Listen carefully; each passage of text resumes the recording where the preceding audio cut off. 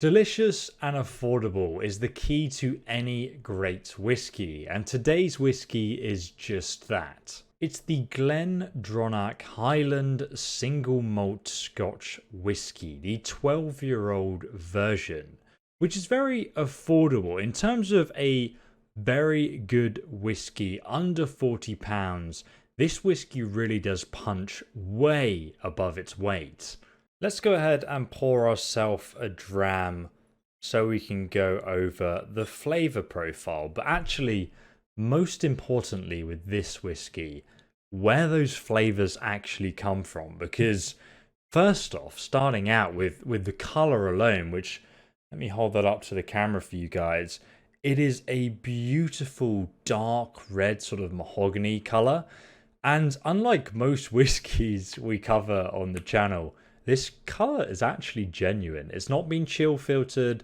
There's been no colour added to this whiskey. That is actually the colour of the whiskey. It's natural. So it begs the question, well, where has that beautiful colour come from? So this whiskey is actually aged in two different sherry oak casks. One sherry is called Pedro Jimenez and the other sherry is called Oloroso.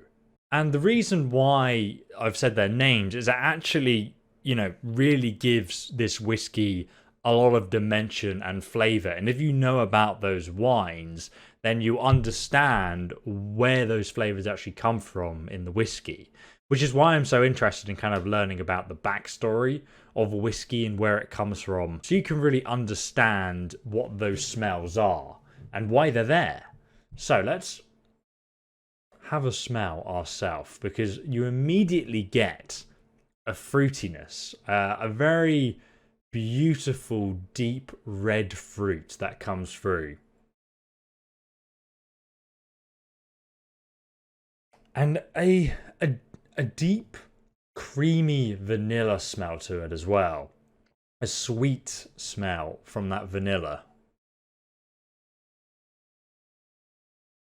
There's also, I almost smell like a fresh fruitiness as well, like maybe apples or something. Now the Pedro Jimenez sherry cask that this whiskey is aged in actually has those same flavour notes as, it's a very, very fruity wine. It's considered to be one of the sweetest wines in the world, in fact. So that's where you're getting all of those fruity smells from. And then I believe the Oloroso casks add to the dryness of this whiskey, which you're going to get when you actually taste it. I also get a little bit of nuttiness as well, though. And I don't know where that is from, but it kind of lingers on the back of that smell. So let's go ahead and taste it. It's 43% ABV, by the way.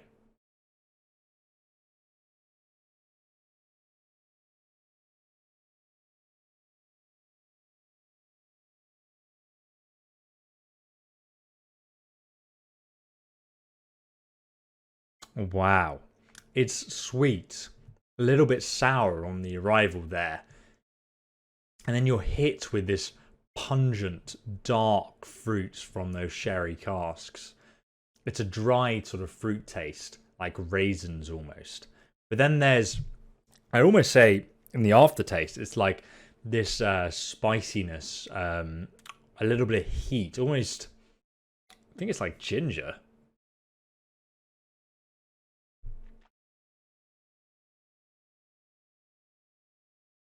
It's a little bit of a ginger kick to it at the end.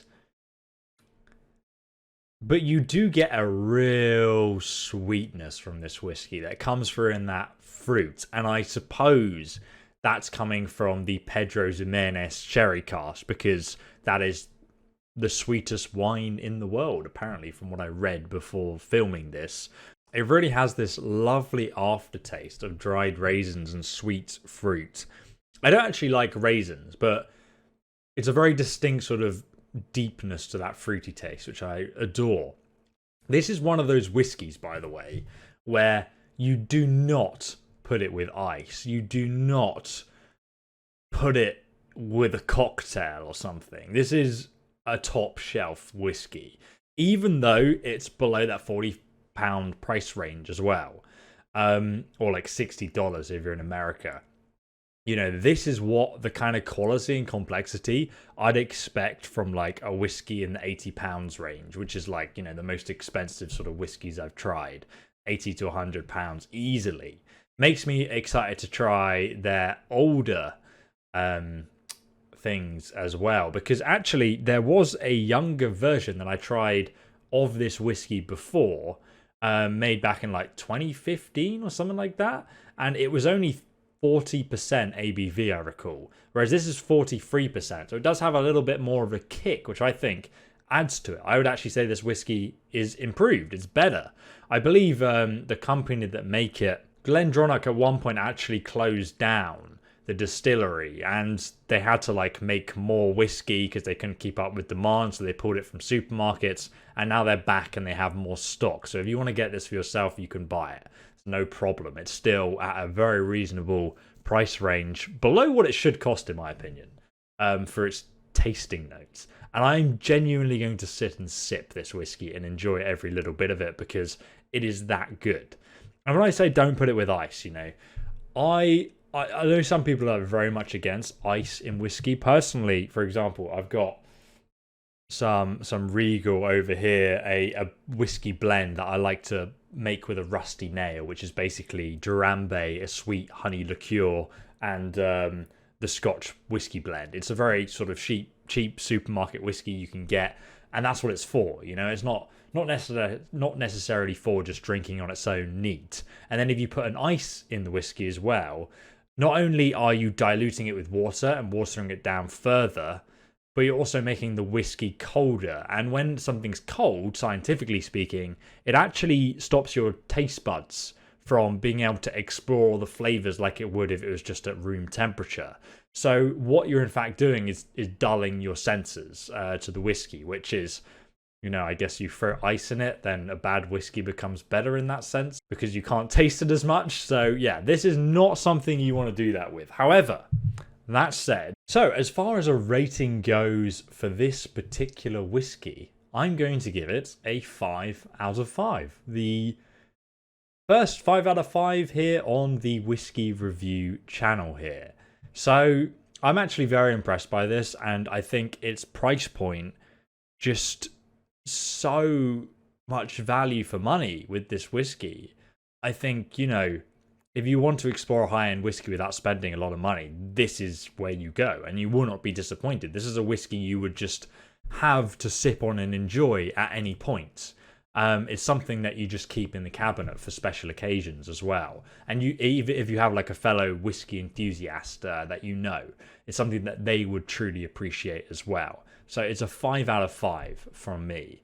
And yeah, very impressed. Guys, by the way, some people have asked, this channel isn't monetized or anything. I do these videos purely for fun and to share my whiskey journey with you guys. And if you've got any notes or things you want to share in the comments, like, by all means, let me know. I like to go back and read them every now and again. My main job is YouTube, but I make gaming content for a living. I do have a Patreon around that. So if you want to support that and allow us to buy bottles of whiskey and suggest other things to review, by all means, join my Patreon. I will link it down below this episode so you can find it. And the best way to let me know is just by messaging me on Patreon and saying, oh, you know, I would like to see you review this whiskey. And then I'll go out and literally get that whiskey to review it for you guys. And give you my thoughts. But guys, thank you so much for watching. Thanks for all the likes and support on these videos. They're just a little bit of fun for me, so I hope you enjoy them. And of course, if you really enjoy these videos, the best way to stay up to date is to subscribe and press the bell icon as well. And then YouTube will actually let you know whenever I post a video. I'm kind of trying to do them on a weekly basis, but yeah, it's sometimes other things happen in my life and it's hard to keep track. So usually once a fortnight. When you come back to it after you let it air for a little while, you really do start to pick up those deep sort of red fruit notes. Incredible whiskey. I feel like you could constantly come back to it, as I have.